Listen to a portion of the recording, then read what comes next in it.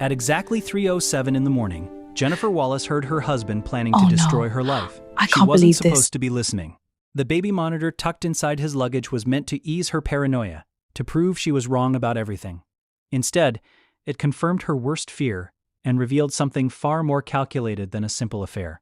Through the static and distance, she heard Michael's voice, cold and methodical, discussing timelines, asset transfers, and legal strategies with a woman whose laughter felt like glass breaking. Jennifer sat frozen in their king-sized bed, the one they'd picked out together 7 years ago, and realized that the man she'd built a life with had been quietly dismantling it for months. She didn't cry, she didn't move. She just listened as her marriage died in real time, transmitted through a $30 device from a big box store. Before we dive deeper, let us know in the comments where you're watching from. We'd love to hear from you. And if you're new here, click on the subscribe button so you never miss any of our upcoming videos. The conversation lasted 43 minutes. Jennifer would replay it 17 times over the next 2 days, each listen revealing new details she'd missed before. Michael wasn't just planning to leave her. He was constructing an exit strategy that would leave her with almost nothing, using loopholes in their prenuptial agreement that she'd signed without fully reading 9 years earlier. The woman on the other end wasn't just his mistress. She was an attorney at his firm, someone Jennifer had met at company dinners, someone who'd smiled at her while holding a wine glass with perfectly manicured nails. Her name was Vanessa, and she spoke about Jennifer like she was a problem to be solved, an obstacle to be removed with the right paperwork and timing. Michael's responses were worse than Vanessa's coldness. He was calm, almost bored discussing the end of their marriage, the way someone might discuss a business merger that wasn't working out. Jennifer and Michael had met at a charity fundraiser in Chicago, back when she was working as an event coordinator, and he was a junior associate trying to make partner. He'd approached her during the silent auction, made a joke about the overpriced artwork, and somehow turned a 2-minute conversation into an hour-long discussion about everything except law and event planning. He was charming in an understated way, not flashy or aggressive like so many of the men in his profession. He asked questions and actually listened to the answers. 3 months later, they were inseparable. 6 months after that, he proposed on a beach in Maine where they'd rented a cabin for a long weekend. Jennifer remembered thinking she'd never felt more certain about anything in her life. The wedding was small, just close family and friends, exactly what they both wanted. Michael's career took off shortly after they married, and Jennifer supported every late night, every weekend at the office, every business trip that kept him away from home. She'd left her own career to manage their household, to be available when he needed her, to build the kind of life that would support his ambitions. They'd moved to Houston 3 years ago when Michael made senior partner. The penthouse apartment had floor-to-ceiling windows overlooking the city, marble countertops, and enough space for the family they'd always talked about starting. Except the family never came. First, it was timing, Michael said. Then it was stress. Then it was silence, the kind that fills rooms and makes conversations feel like crossing minefields. Jennifer noticed the changes slowly. Michael started going to the gym at odd hours. His phone, once carelessly left on kitchen counters, became an extension of his hand. He developed new interests, new opinions about restaurants and music that didn't match the man she'd married. When she asked about his day, his answers became shorter, more generic. When she suggested couples therapy, he said they were fine, that she was overthinking things, that his work was just demanding right now. Jennifer wanted to believe him. Believing him was easier than facing what the alternative might mean. The baby monitor had been an impulse purchase during a trip to the electronics store for printer ink.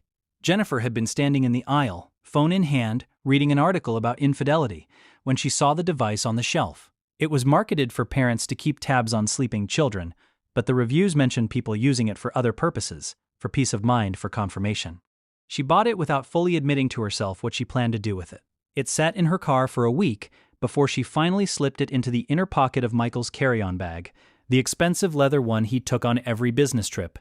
She told herself she was being paranoid, that she'd retrieve it when he got back and laugh at her own foolishness. But paranoia, she was learning, sometimes wears the same face as intuition. The night the monitor activated, Jennifer had been reading in bed, trying to distract herself from the familiar loneliness of Michael being gone. Her phone buzzed with the notification, and for a moment, she almost ignored it. But something made her open the app, turn up the volume, and listen. At first, there was just rustling, the sound of movement in a hotel room. Then Vanessa's voice cut through, sharp and confident, asking if he'd reviewed the documents she'd sent. Michael's response was casual, almost cheerful, as if discussing the systematic destruction of someone's life was just another item on his to-do list. Jennifer's hands started shaking around the 15-minute mark when Vanessa mentioned the timeline. If they waited until after their 10th anniversary, Michael's obligations would increase significantly under Texas law. But if they moved before that milestone, which was 7 months away, the prenup would hold and Jennifer's claim to his assets would be minimal. What hit Jennifer hardest wasn't the affair itself, it was the planning, the cold calculation, the fact that Michael had been sharing intimate moments with her, sleeping beside her, kissing her goodbye, all while methodically arranging her disposal. He'd been playing a role, and apparently he was very good at it. Vanessa mentioned something about a promotion she'd received recently, and Michael laughed, a sound Jennifer used to love, saying he'd made sure the right people noticed her work. The implication was clear. Michael had used his position to advance his mistress's career, mixing personal betrayal with professional misconduct in ways that would have consequences beyond just their marriage. Jennifer listened to them discuss moving in together, about Vanessa taking over the penthouse once Jennifer was out of the picture, about trips they'd take once things were finalized. They talked about Jennifer like she was already gone, already irrelevant, a chapter they were eagerly closing. When Michael returned, 3 days later, he brought flowers. White roses. Jennifer's favorites, or at least the flowers he thought were her favorites. She'd actually preferred peonies for years but had stopped correcting him. He kissed her cheek, asked about her week, and suggested they try that new Italian restaurant everyone was talking about. Jennifer smiled, said that sounded lovely, and watched him unpack his suitcase, completely unaware that the small device she'd hidden had given her a blueprint of his betrayal.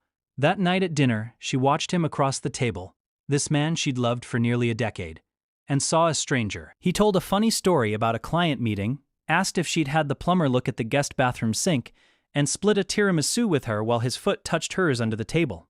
It was a performance, she realized, and he'd been performing for months, maybe years. The next morning, after Michael left for work, Jennifer made a phone call, then another, then several more.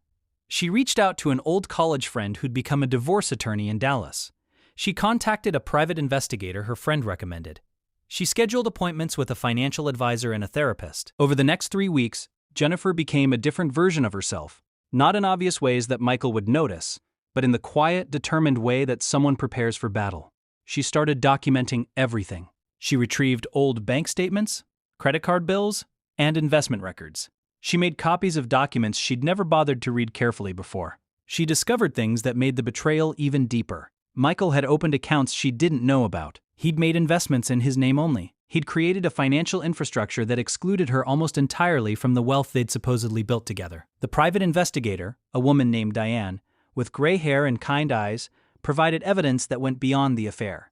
Michael had been using company resources for personal benefit, taking Vanessa on business trips that had minimal business purpose, charging romantic dinners to client entertainment accounts, and using his influence to fast-track her career in ways that violated firm policy. The paper trail was extensive, and it painted a picture of a man who'd become comfortable blurring ethical lines.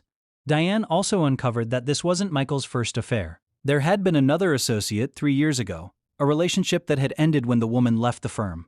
Jennifer felt stupid for not seeing it, for trusting so completely, for believing that love meant not questioning or verifying or protecting yourself. Jennifer's attorney, Marcus Chen, was nothing like Michael. He was blunt, practical, and refreshingly honest about what divorce would look like. He reviewed the prenup she'd signed years ago, the one Michael's firm had drafted, and she'd barely skimmed before their wedding. It wasn't as ironclad as Michael seemed to think. Texas was a community property state, and there were ways to challenge agreements signed under certain conditions. Marcus asked Jennifer questions nobody had asked her in years. What did she want? What did she need? What would make her feel whole again? Jennifer realized she didn't have clear answers. But for the first time in a long time, someone was treating her priorities as if they mattered. Marcus explained that they had several options. They could file quietly and negotiate, or they could file publicly and let Michael's misconduct become part of the record. Each approach had risks and benefits, and the choice was entirely hers. Jennifer thought about it for 2 days. She imagined taking the quiet route, protecting Michael's reputation, making the divorce as painless as possible despite what he'd planned for her. Then she remembered Vanessa's laughter, Michael's calculated timeline, the way they'd discussed her life like it was theirs to manage. She remembered every dinner she'd hosted for his colleagues, every event she'd coordinated to make him look good, every sacrifice she'd made while he built an exit strategy. On a Wednesday morning, exactly 6 weeks after she'd first heard that conversation through the baby monitor, Jennifer told Marcus to file the papers. She wanted them served at Michael's office, during business hours, in a way that would make hiding impossible. The papers were delivered on a Thursday afternoon. Jennifer knew the exact moment Michael received them because her phone started ringing immediately. She didn't answer. He called 11 times in 20 minutes, then switched to texts, his messages evolving from confusion to anger to something approaching panic. Jennifer was at a coffee shop 3 blocks from their apartment, sitting by the window with a latte she wasn't drinking, watching her phone light up with his desperation. Her hands were steady, her breathing was calm. She'd spent 6 weeks preparing for this moment, and now that it was here, she felt surprisingly clear. Michael came home that night like a tornado, slamming doors and demanding to know what she was thinking, how she could do this without talking to him first, whether she understood what she was throwing away. Jennifer looked at him from the couch where she'd been reading and said very simply that she understood exactly what she was throwing away, and it wasn't worth keeping. Michael's strategy shifted quickly. He tried charm first, reminding her of good times, suggesting they could work through whatever was bothering her, offering to do couples therapy like she'd wanted months ago. When that didn't work, he tried intimidation, pointing out that the prenup would leave her with very little, that she'd be starting over with nothing while he continued his successful career. Jennifer listened patiently, then asked him about Vanessa. The color drained from his face. He stammered, denied, then realized denial was pointless and switched to justification. It wasn't serious. It was a mistake. He'd been confused, stressed, going through something he couldn't explain. Jennifer let him talk himself in circles before mentioning the baby monitor, the 43-minute conversation, the timeline they'd discussed, the plans they'd made. Michael went very quiet. Then he asked what she wanted, and for the first time in their marriage, she heard genuine fear in his voice. What Jennifer wanted was fairness, accountability, and a future that didn't include him. The divorce proceedings revealed more than Michael anticipated. The firm launched an internal investigation after the filing became public record.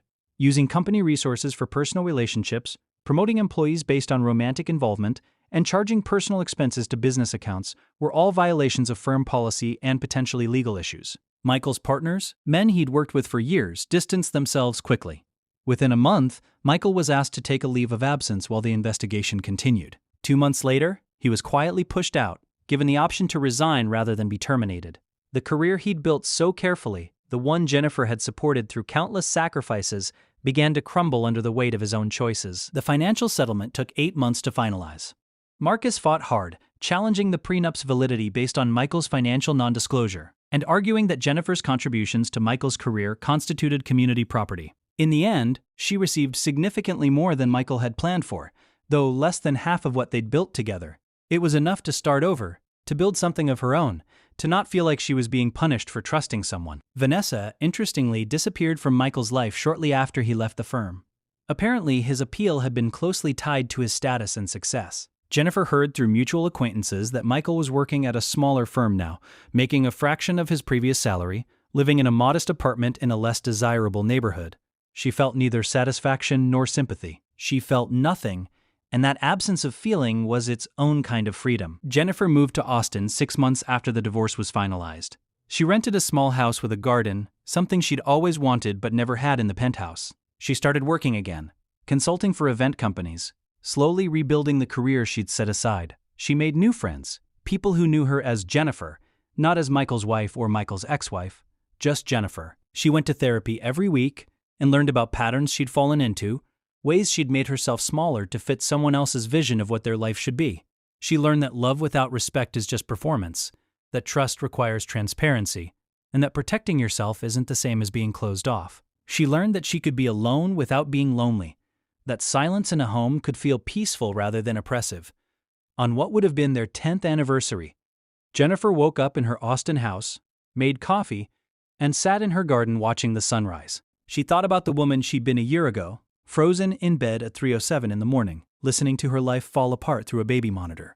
She thought about everything she'd lost and everything she'd gained. The betrayal still hurt sometimes in unexpected moments, but it had also taught her things she might never have learned otherwise. She discovered strength she didn't know she had, learned to trust her instincts even when they pointed toward uncomfortable truths, and found out that starting over, while terrifying, was possible and sometimes necessary. A friend had asked her recently if she regretted marrying Michael, and Jennifer had to think about it carefully. She regretted how it ended, how he'd treated her, how much time she'd spent making excuses for things that shouldn't be excused. But she didn't regret the experience entirely because it had taught her what she would never accept again. Jennifer started dating again about a year after moving to Austin. Nothing serious at first, just coffee meetings and casual dinners with people she met through work or friends. She was cautious in ways she'd never been before, paying attention to patterns, trusting her gut when something felt off, not ignoring red flags in the name of being understanding. Some people called it being jaded. Jennifer called it being informed. She'd learned that some people are very good at performing love while their actions tell a completely different story. And she'd learned to watch actions more carefully than words. She'd learned that asking questions wasn't being paranoid, that wanting transparency wasn't being controlling, and that protecting yourself emotionally and financially wasn't being unromantic. These were lessons she wished she'd learned differently, but she was grateful to have learned them at all. The baby monitor sat in a drawer in Jennifer's Austin home, still functional but unused. She'd kept it, not as a trophy but as a reminder, a physical representation of the moment she'd chosen to face the truth, rather than continue living in comfortable denial. Sometimes she'd see it while looking for batteries or chargers, and she'd remember that night, the way her hands had shaken, the coldness she'd felt spreading through her chest as she listened to two people casually discuss erasing her from her own life. She remembered the fear and the anger and the grief, but she also remembered the decision that came after, the choice to act rather than react, to prepare rather than panic, to fight for herself when nobody else would. Looking back now, Jennifer understood that the baby monitor hadn't destroyed her marriage. Her marriage had already been destroyed, methodically and intentionally, by someone she'd trusted completely. The monitor had simply revealed what was already true, given her information she needed to protect herself, provided evidence that made the legal process clearer. In a strange way, that $30 device had been one of the best purchases she'd ever made, not because she wanted to confirm her worst fears, but because knowing the truth, however painful, had been better than continuing to live in a carefully constructed illusion. Michael had counted on her ignorance, her trust, her willingness to believe the best about him. He'd underestimated her strength, her intelligence, and her ability to fight back when cornered. So, here's what I want you to think about. If you found evidence of betrayal, would you confront it immediately, or would you do what Jennifer did, gathering information, building a case, preparing yourself before making a move? How would you handle discovering that someone you loved had been planning to hurt you for months while pretending everything was fine? And do you think Jennifer made the right choice in exposing Michael's misconduct publicly, knowing it would affect his career? Or should she have taken the quieter route? These aren't easy questions, and there are no perfect answers. Every situation is different, every person's breaking point is unique, and what works for one person might not work for another. But Jennifer's story reminds us that betrayal, while devastating, doesn't have to define us. How we respond to it, how we rebuild afterward, and what we learn from the experience can shape who we become in ways that are ultimately positive, even if getting there is incredibly painful. What would you have done in Jennifer's place? Would you have listened to that baby monitor? Or would you have retrieved it and thrown it away, choosing not to know? Would you have confronted Michael immediately, or would you have waited, planned, and prepared like she did? How do you think you'd feel if someone you trusted completely had been planning to systematically remove you from the life you'd built together? These questions matter because trust and betrayal are things most of us will face in some form during our lives, whether in romantic relationships, friendships, or professional settings. Learning from stories like Jennifer's can help us think about our own boundaries, our own responses, our own ways of protecting ourselves while still staying open to genuine connection. If this story affected you, if it made you think about trust differently, or reminded you of your own experiences, subscribe so you never miss stories like this.